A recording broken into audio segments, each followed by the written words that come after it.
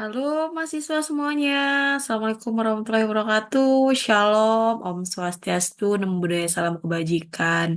Baiklah, kita minggu ini sudah masuk kepada sesi ketujuh, yang mana pada sesi ketujuh ini kita bahas tentang wilayah geografi, teritorial, geopolitik, dan geostrategi NKRI. Nah, mahasiswa semuanya, saya berharap setelah mendengarkan video ini, mahasiswa itu meresum ya apa yang sudah saya sampaikan berdasarkan eh, PPT atau salindia yang sudah saya jelaskan dan resume mahasiswa itu nanti dimasukkan ke forum ya, seperti itu. Baiklah, pada slide kedua bahasannya yaitu tentang wilayah darat, udara, dan laut. Nah, pada slide kedua ini, kemampuan yang diharapkan ya dari siswa semuanya yaitu siswa itu mampu dan siswa itu diharapkan memahami konsep wawasan Nusantara secara teori. Namun tidak hanya teori saja, mahasiswa juga harus mengimplementasikannya dalam kehidupan sehari-hari sebagai warga negara yang baik. Nah, implementasi ini mencakup pemahaman tentang peran Indonesia sebagai negara kepulauan dengan beragam budaya, geografis, dan sumber daya. Nah, contoh penerapannya bagaimana? Contoh penerapannya ini seperti mahasiswa menghormati orang dari berbagai suku, perbedaan agama, dan budaya dengan teman-teman dari berbagai daerah. Yang kedua, mahasiswa itu berpartisipasi dalam kegiatan yang mendukung kelestarian alam seperti penanaman, hutan mangrove, atau aksi kebersihan pantai.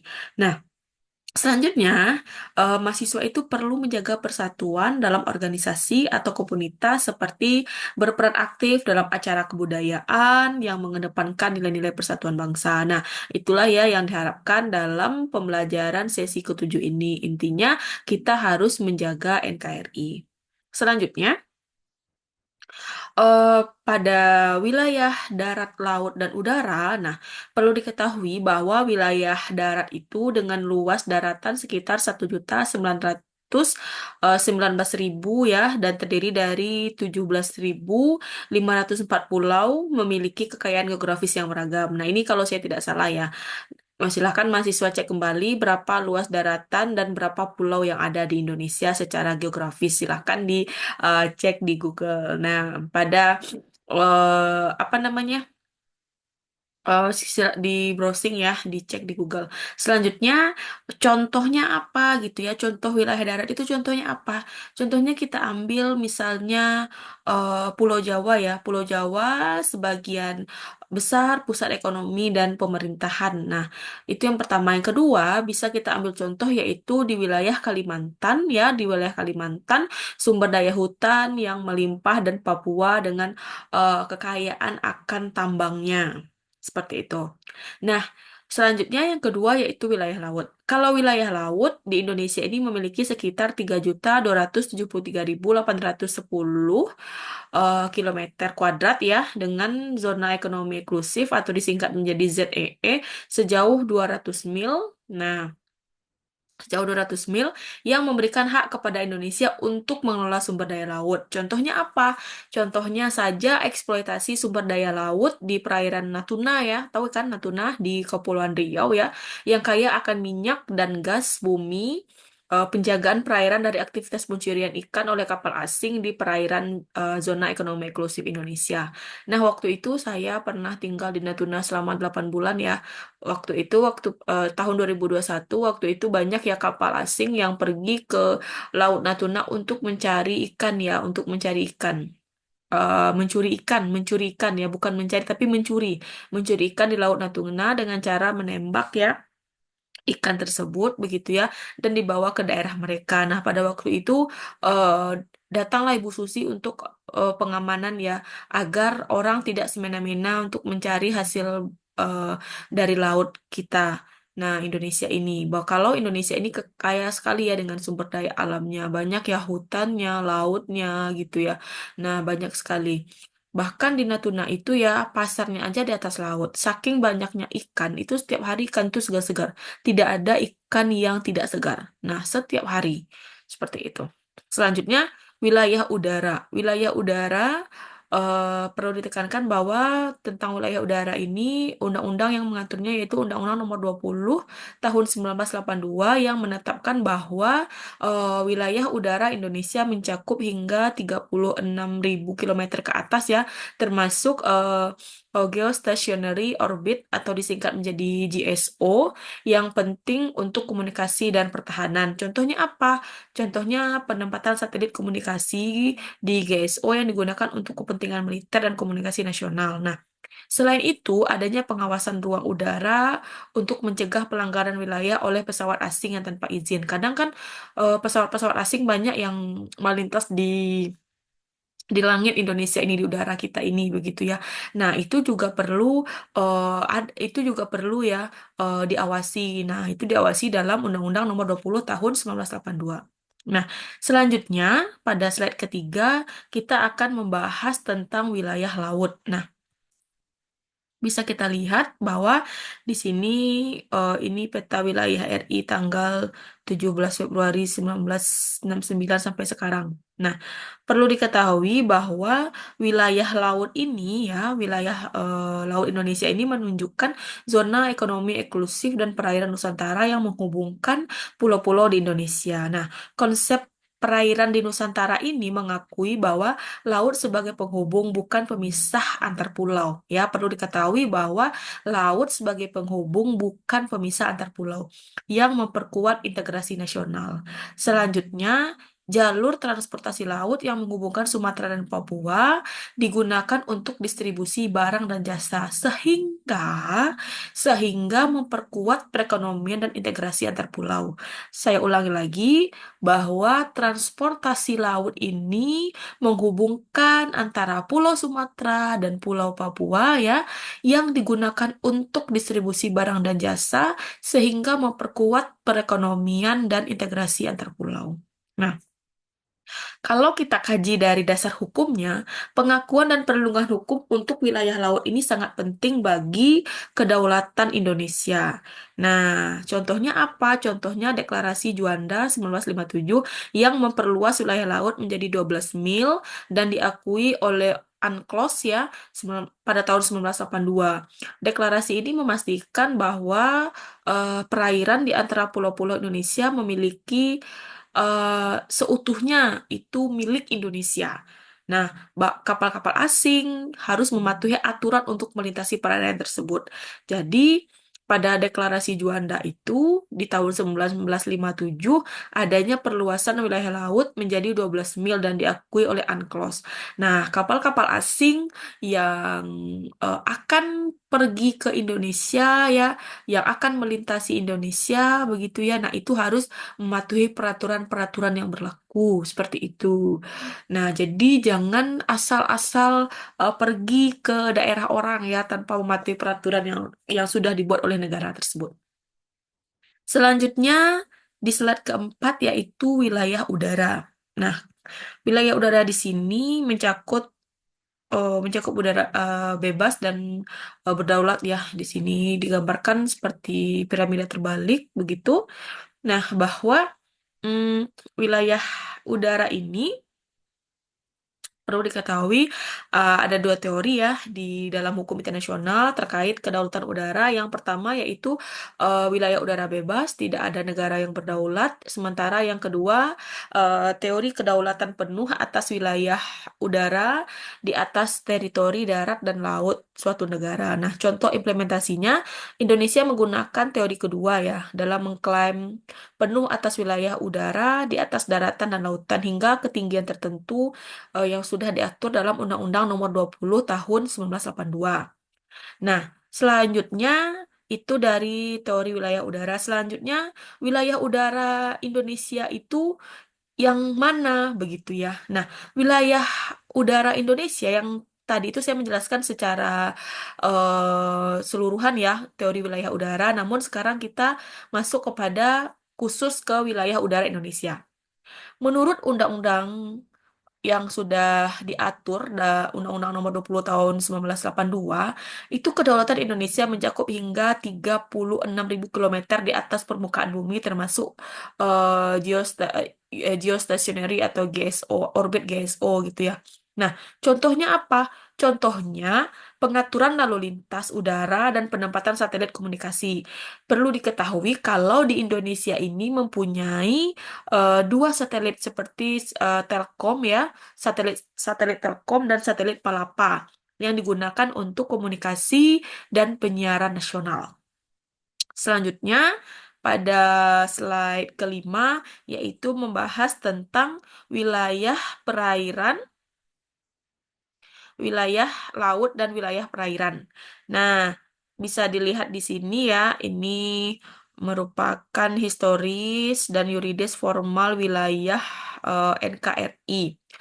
Wilayah laut dan wilayah perairan, sebagaimana pada perkembangan hukum wilayah laut, perkembangan hukum laut Indonesia diawali dengan ordonasi 1939 yaitu 3 mil. Yang mana itu pada ordinasi ya pada tahun 1939, kalau pada deklarasi Juanda itu 1957 ya, sebanyak 12 mil dan diikuti dengan perjanjian internasional tentang landasan kontinen dan ZEE sebanyak 200 mil. Contoh kasusnya apa? Contoh kasusnya seperti konflik antara Indonesia dan negara lain, seperti Malaysia terkait batas zona ekonomi eksklusif di Laut Sulawesi gitu ya. Nah, bahwa penegasan wilayah laut dengan hukum ini melindungi sumber daya laut Indonesia dari eksploitasi pihak asing. Selanjutnya, zona ekonomi eksklusif. Zona ekonomi eksklusif ini memungkinkan juga Indonesia mengelola dan memanfaatkan sumber daya di zona 200 mil, ya, 200 mil dari garis pantai. Nah, contohnya apa? Contohnya penangkapan kapal-kapal asing yang melakukan illegal fishing di wilayah zona ekonomi eksklusif itu yang berada di Laut Indonesia, seperti contohnya di Natuna Utara, itu dekat dengan Vietnam ya. Dengan adanya peraturan ini, sumber daya ikan dapat dimanfaatkan untuk kebutuhan nasional dan mencegah penjarahan oleh kapal-kapal asing. Jadi, siapapun orang-orang asing yang masuk ke Indonesia ini, ya harus kita berantas agar dia tidak semena-mena untuk mengambil kekayaan alam yang ada di Indonesia ini. Selanjutnya, pada slide keenam, yaitu membahas tentang wawasan Nusantara yang dikaji dari satuan politik, satuan ekonomi, satuan sosial budaya, dan satuan pertahanan keamanan.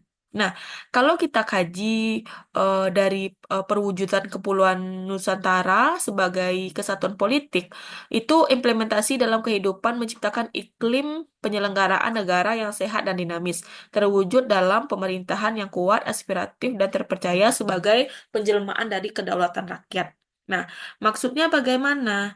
Maksudnya di sini bahwa kesatuan politik dan ekonomi ini mengacu pada kemampuan pemerintah Indonesia untuk mempertahankan stabilitas politik di seluruh wilayah Nusantara, untuk memastikan bahwa seluruh rakyat berada di bawah sistem pemerintahan yang sama. Jadi tidak ada yang tidak sama, tidak ada yang terjadi kecurangan-kecurangan begitu ya, harus adil begitu. Nah, contohnya implementasi otonomi daerah, di mana pemerintahan pusat tetap menjaga kesatuan politik, tetapi memberikan kewenangan kepada pemerintah daerah untuk mengelola wilayah mereka sesuai dengan kebutuhan setempat.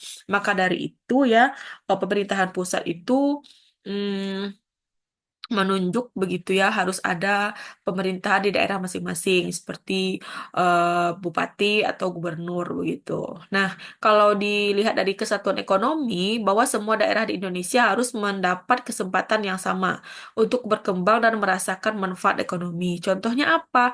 Contohnya program tol laut yang menghubungkan daerah terpencil dengan pusat ekonomi sehingga distribusi barang menjadi lebih merata dan harga barang di wilayah timur Indonesia lebih terjangkau.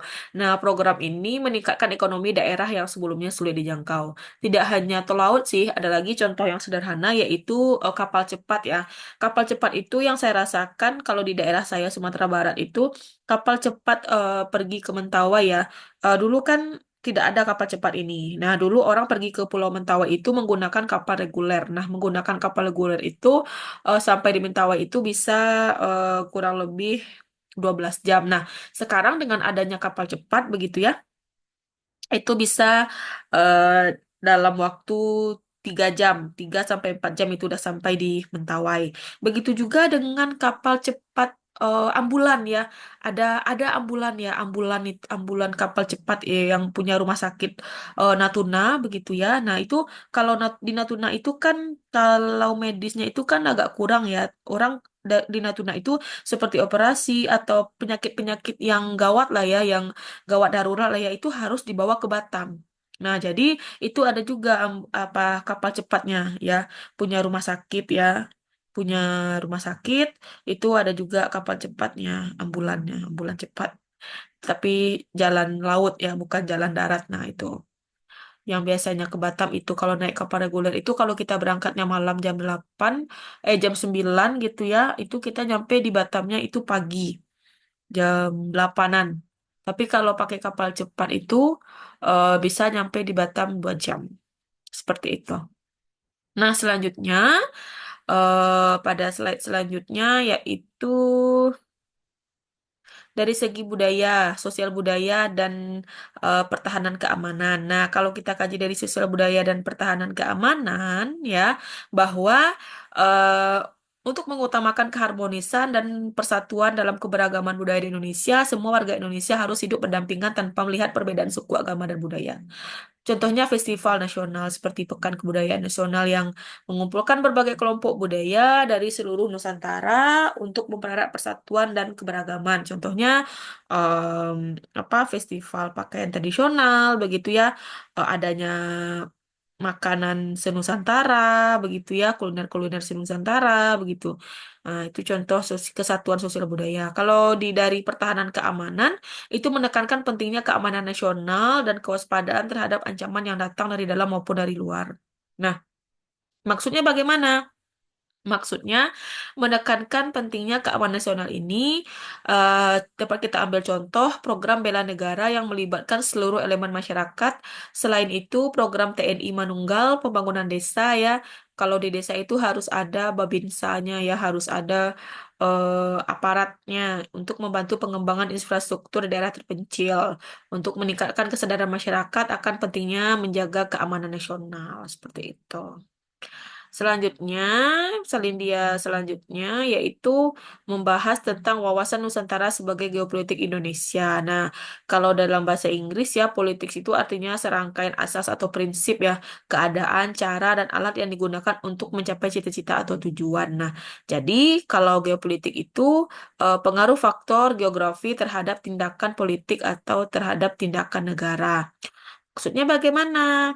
Nah, kalau kita lihat dari definisi geopolitik, geopolitik Indonesia itu adalah sebagaimana geografis negara ini memengaruhi kebijakan politiknya.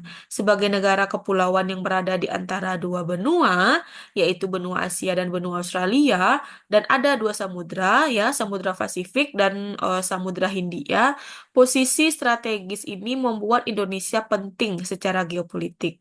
Contohnya, pada kebijakan poros maritim dunia, yang dicanangkan pemerintahan untuk menjadikan Indonesia sebagai pusat perdagangan dan transportasi laut dunia, serta memperkuat peran Indonesia dalam menjaga keamanan di perairan Asia Tenggara. Nah, selanjutnya yaitu tentang ajaran bangsa Indonesia. Itu ada dua ya, ada Lemhanas dan ada Sains. Nah, kalau kita kaji dari segi Lemhanas ya, kita bahas dulu dari kajian geopolitik. Kalau kita berdasarkan geopolitik Indonesia, itu ada ideologi Pancasila dan Undang-Undang 1945. Geopolitik Indonesia ini berfokus kepada keutuhan wilayah, persatuan wilayah kedaulatan.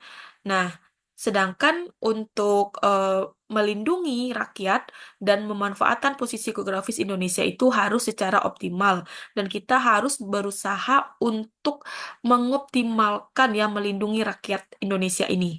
Contoh implementasinya yang seperti yang saya sebutkan tadi, Lemhanas ya, Lemhanas sebagai lembaga strategis nasional yang memberikan pelatihan kepemimpinan dan wawasan kebangsaan kepada pemimpin daerah dan nasional agar mereka mampu memahami dan mengimplementasikan wawasan Nusantara dalam pengambilan keputusan.